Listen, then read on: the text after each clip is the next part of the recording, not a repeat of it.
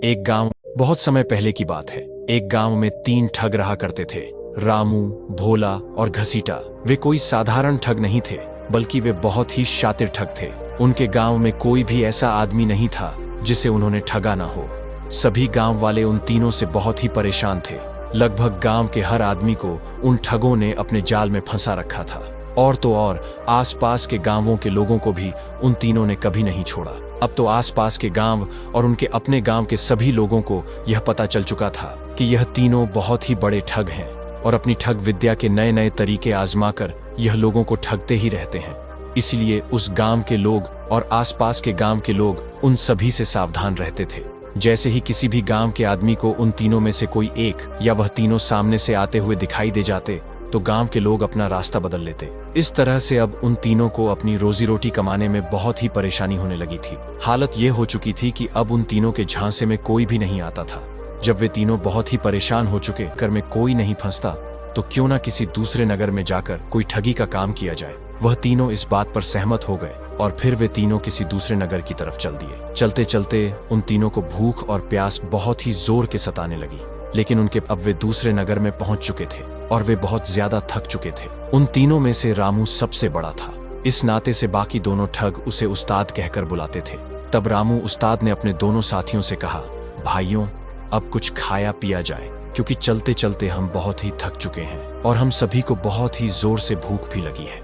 भोला ने कहा, पर यार, हमारे पास तो एक फूटी कौड़ी भी नहीं है। रामू ने कहा, चलो भाइयों, इसका भी कुछ जुगाड़ करते हैं। नगर के बाजार में पहुंचकर वह तीनों इधर उधर नजरें दौड़ाने लगे तो उन्हें सामने ही एक हलवाई की दुकान में तरह तरह की मिठाइयां सजी हुई नजर आई। जलेबी, लड्डू, बर्फी, रसगुल्ला, कलाकंद, न जाने क्या क्या। अब तो मिठाइयों को देखकर उनके मुंह में पानी आ गया और उनकी भूख और भी ज्यादा बढ़ चुकी थी। रामू ने भोला और घसीटा से कहा, चलो भाइयों, आज क्यों ना सबसे पहले इस हलवाई की दुकान पर ही अपनी ठग विद्या को आजमाया जाए। रामू की बात सुनकर बाकी दोनों साथी भी बहुत ही खुश हुए और वह चहकते हुए कहने लगे, हाँ उस्ताद जी, आप सही कहते हैं। घसीटा ने कहा, मेरा 20 साल का तजुर्बा है, पहले पेट पूजा, उसके बाद कोई काम दूजा। भोला कहने लगा, मैं तो 1 किलो लड्डू खाऊंगा। उसकी बात सुनकर घसीटा बोला, उस्ताद, मैं तो 1 किलो जलेबी खाऊंगा, गर्मा गर्म बन रही है, इन्हें देखकर ही मेरे मुंह में पानी आ गया है। अब रामू ने एक योजना बनाई और फिर अपने बाकी दोनों साथियों के कान में वह कुछ समझाने लगा। जब उन्होंने सारी योजना समझ ली तो फिर अपनी योजना के अनुसार भोला और घसीटा दुकान के अंदर चले गए और दुकान में जाकर वो बैठ गए। अपनी दुकान में ग्राहकों को आया हुआ देखकर हलवाई और उसकी पत्नी बड़े ही खुश हुए। दरअसल बात यह थी कि दुकानदार लाला राम बहुत ही कंजूस आदमी था। उसने कभी किसी को कुछ नहीं दिया था। उसकी कंजूसी की वजह से ही उसकी दुकान पर ग्राहक धीरे धीरे कम होते जा रहे थे और आज तो सुबह से एक भी ग्राहक उसकी दुकान पर नहीं आया था। सुबह से बैठे बैठे पति पत्नी दोनों सिर्फ मक्खियां ही मार रहे थे। जब उन्होंने देखा कि 2-2 ग्राहक उनकी दुकान पर आए हैं तो लाला राम बहुत ही खुश हुआ और अपनी पत्नी से कहने लगा, रामकली देखो तो, आज तो भगवान ने हम पर बहुत ही मेहरबानी कर दी, एक साथ 2-2 ग्राहक भेज दिए। रामकली बोली, अजी ऐसे खुश होते रहोगे या फिर जाकर पूछोगे भी कि उनको क्या चाहिए। लाला राम ने अपनी मिठाई की तरह अपनी जुबान पर चाशनी लगाते हुए बड़े प्यार से पूछा, भैया कौन सी मिठाई तोल दूं? यह सुनकर ठग भोला लाला राम के पास गया और पूछने लगा, सेठ जी जलेबी किस भाव दे रहे हो? लाला राम ने कहा, 10 रुपए की किलो। वह सस्ता जमाना था तो मिठाइयों के दाम भी कम ही हुआ करते थे।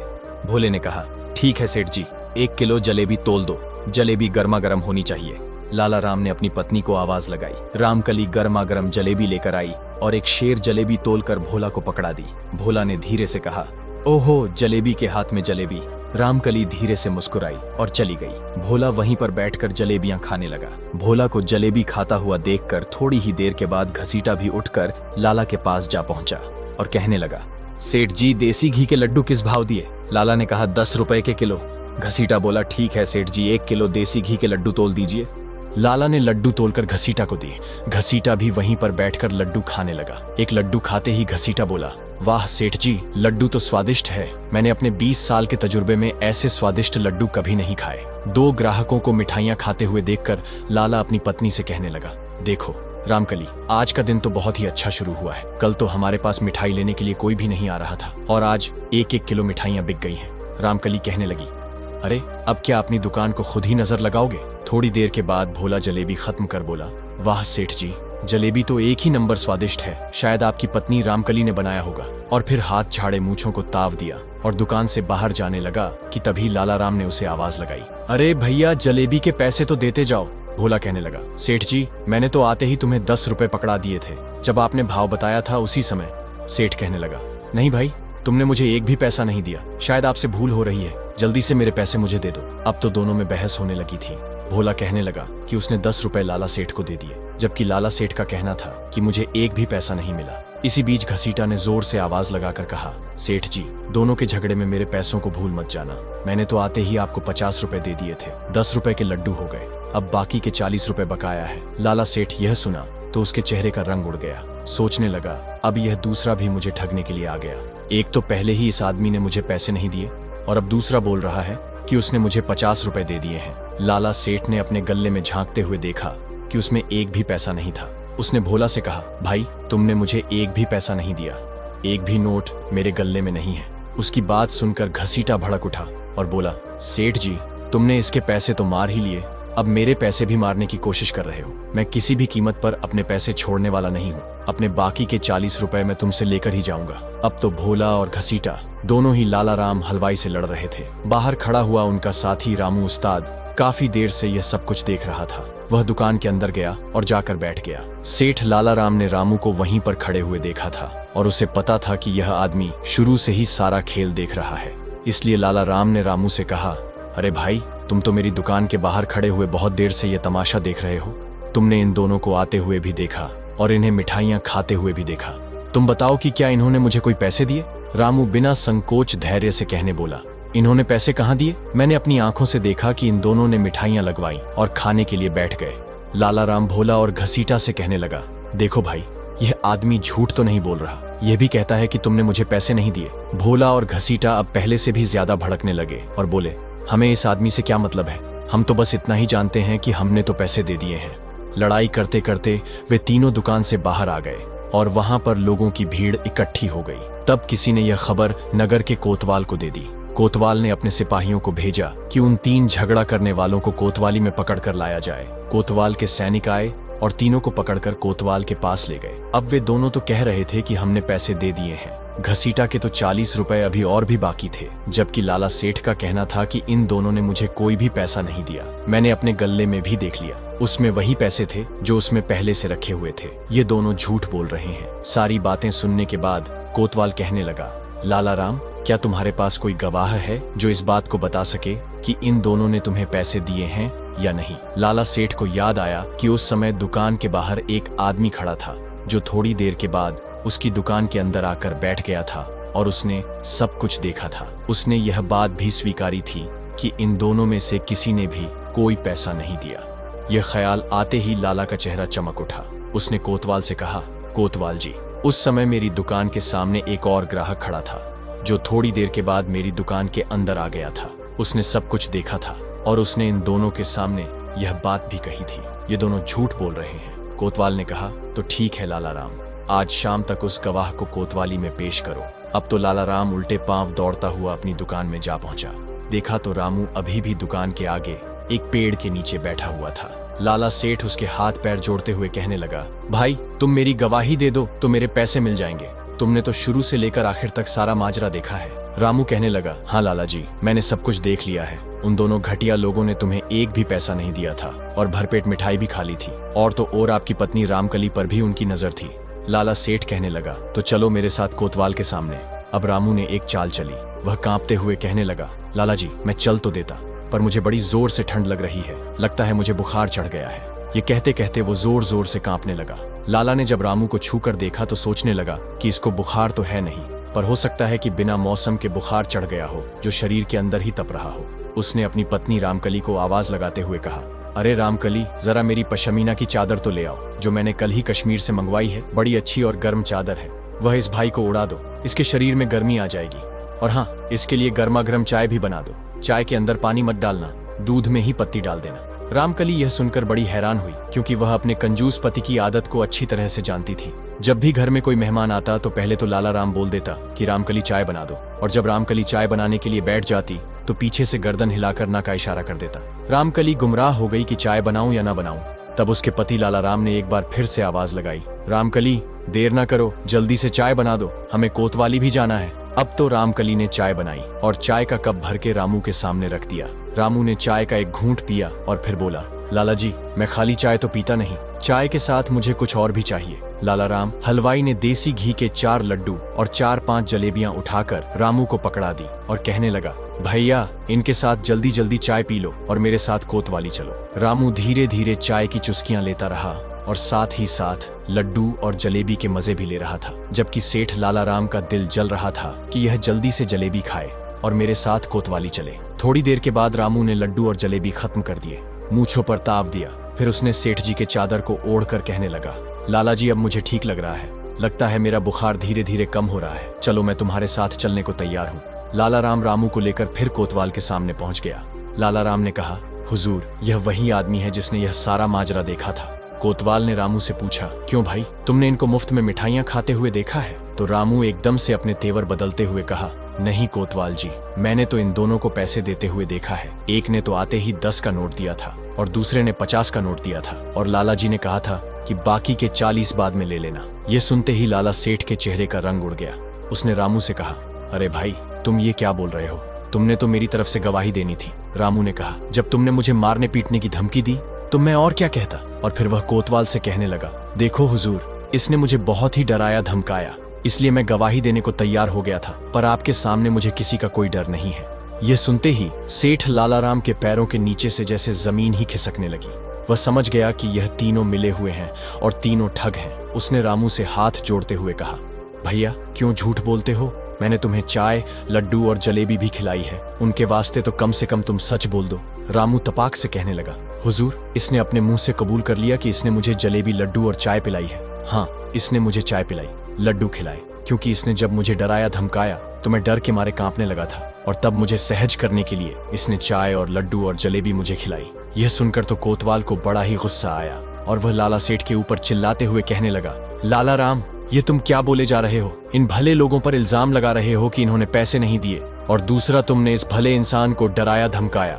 इतना सुनकर रामू बोला, हुजूर, इस लाला का कोई भरोसा नहीं है, ये तो ये भी कह सकता है कि मैंने जो चादर ओढ़ रखी है वह इसी ने मुझे दी है। लाला चिल्लाकर कहने लगा, हाँ हाँ हुजूर, ये चादर मेरी है और मैंने इसे तब दी थी जब इसे ठंड लग रही थी। रामू अब कोतवाल की तरफ देखते हुए तपाक से बोला, देखा हुजूर, जो मैंने कहा था वह सच हो गया। यह तो एक नंबर का ठग है, मिठाई देकर लोगों से दोगुनी कीमत वसूल करता है। अब तो कोतवाल का गुस्सा 7वें आसमान पर पहुंच गया।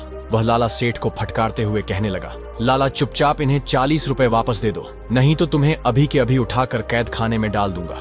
लाला भी अब यह अच्छी तरह से समझ चुका था कि वह ठगों के जाल में फंस चुका है, और उसने 40 रुपए निकाले और घसीटा को दे दिए, और फिर बिना किसी अपराध के वो माफी मांगकर मुंह लटकाकर अपनी दुकान की तरफ चल दिया। तीनों ठग भी खुश होकर कोतवाली से बाहर आ गए और लाला सेठ को पीछे से धीरे से कहने लगे, क्यों लाला राम, कैसी रही हमारी चालाकी? मिठाई भी खा ली और पैसे भी नहीं दिए, और तुमसे तुम्हारी कीमती चादर भी ले ली। लेकिन ठगों को यह मालूम नहीं है कि जब वे लोग लाला को चिढ़ा रहे हैं, उसी समय कोतवाल का एक सैनिक उनके पीछे से यह सब कुछ सुन रहा है। इसके बाद तीनों ठग और लाला अपने अपने रास्ते चले गए। सैनिक ने यह बात कोतवाल को बता दिया। अब कोतवाल को इस बात का एहसास हो गया कि उसने एक गलत फैसला किया है और यह तीनों शातिर ठग हैं, लेकिन उसके पास कोई सबूत नहीं था, इसीलिए उसने ठगों से कुछ नहीं कहा और उन्हें जाने दिया। इसके बाद तो तीनों ठगों के हौसले और भी बढ़ चुके थे। वह सोचने लगे कि इस शहर के लोगों को बड़ी ही आसानी से ठगा जा सकता है। वे तीनों रात बिताने के लिए एक पुराने खंडहर में पहुंच गए।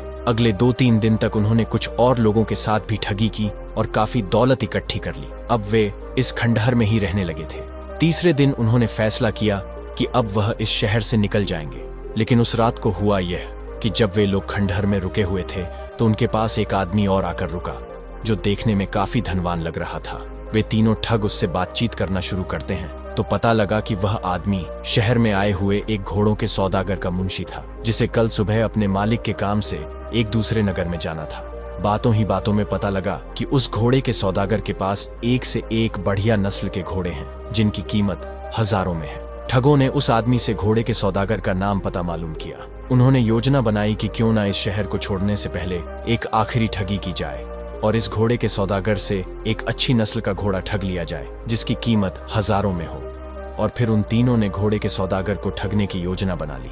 अगली सुबह रामू और घसीटा घोड़े के सौदागर के पास पहुंचे, जहां पर सौदागर का खेमा लगा हुआ था। रामू सौदागर के पास पहुंचा और कहने लगा, मुझे एक बहुत ही अच्छी नस्ल का घोड़ा चाहिए, कीमत चाहे जो भी हो मैं देने को तैयार हूं। और साथ ही उसने अपने साथ आए हुए घसीटा का परिचय देते हुए कहा, ये मेरा भाई है जो कि बेचारा आंखों से अंधा है, यह भी मेरे साथ चला आया। सौदागर ने कहा, आप लोग चिंता मत कीजिए, मेरे पास एक से एक बेहतरीन नस्ल के घोड़े हैं। और फिर सौदागर ने उन्हें एक बहुत ही बढ़िया घोड़ा लाकर दिखाया, हजारों में है, क्या आप इसे खरीदना चाहेंगे? घोड़े को देखते ही रामू मन ही मन सोचने लगा कि सचमुच घोड़ा तो बहुत ही शानदार है। उसने सौदागर से कहा, मैं घोड़ा खरीदने से पहले एक बार इसकी सवारी करके इसकी रफ्तार और उसकी चाल देखना चाहता हूँ। अगर मुझे सब कुछ ठीक लगा तो मैं इस घोड़े को मुंह मांगी कीमत देकर भी खरीदने को तैयार हूँ। आप मुझे इसकी सवारी करने दें। जब तक मैं एक चक्कर लगाकर आता हूँ तब तक मेरा यह अंधा भाई आपके पास ही बैठेगा। सौदागर ने कहा, हाँ हाँ हुजूर, बेशक आप बिना किसी परेशानी के इस घोड़े की चाल और रफ्तार को परख सकते हैं। इसके बाद रामू उस शानदार घोड़े पर सवार हो गया। असल में उन दोनों ठगों की यह योजना थी कि रामू घोड़े की रफ्तार परखने के बहाने से घोड़े को लेकर रफू चक्कर हो जाएगा और पीछे से उसका साथी घसीटा भी मौका देखकर वहां से निकल जाएगा। रामू ने घोड़े को ऐड लगाई, घोड़े ने दौड़ना शुरू किया। रामू मन ही मन में बहुत खुश हो रहा था कि चलो मेरा काम बन गया, घोड़ा अब मेरे कब्जे में आ गया। घोड़ा को दौड़ाता हुआ रामू जैसे ही कुछ दूर कर गया कि तभी अचानक घोड़े ने उछलना शुरू कर दिया और वह बुरी तरह से उछलने लगा। वो तो रामू के काबू से बाहर हो गया था। उसने रामू को जमीन पर पटक दिया। बेचारा रामू बुरी तरह से घायल हो चुका था। जब तक उसने होश संभाला तो देखा कि उसके चारों तरफ कोतवाल के सिपाही खड़े थे और उसके सामने वह सौदागर खड़ा था जिसका घोड़ा वह चुरा कर लाया था। सौदागर ने मुस्कुराते हुए रामू से कहा, क्यों रामू उस्ताद, आज तो तेरी ठगी तुझ पर भारी पड़ गई ना? तुझे क्या लगता है तू मुझसे बच जाएगा? उस दिन तू बच गया था पर आज नहीं बचेगा।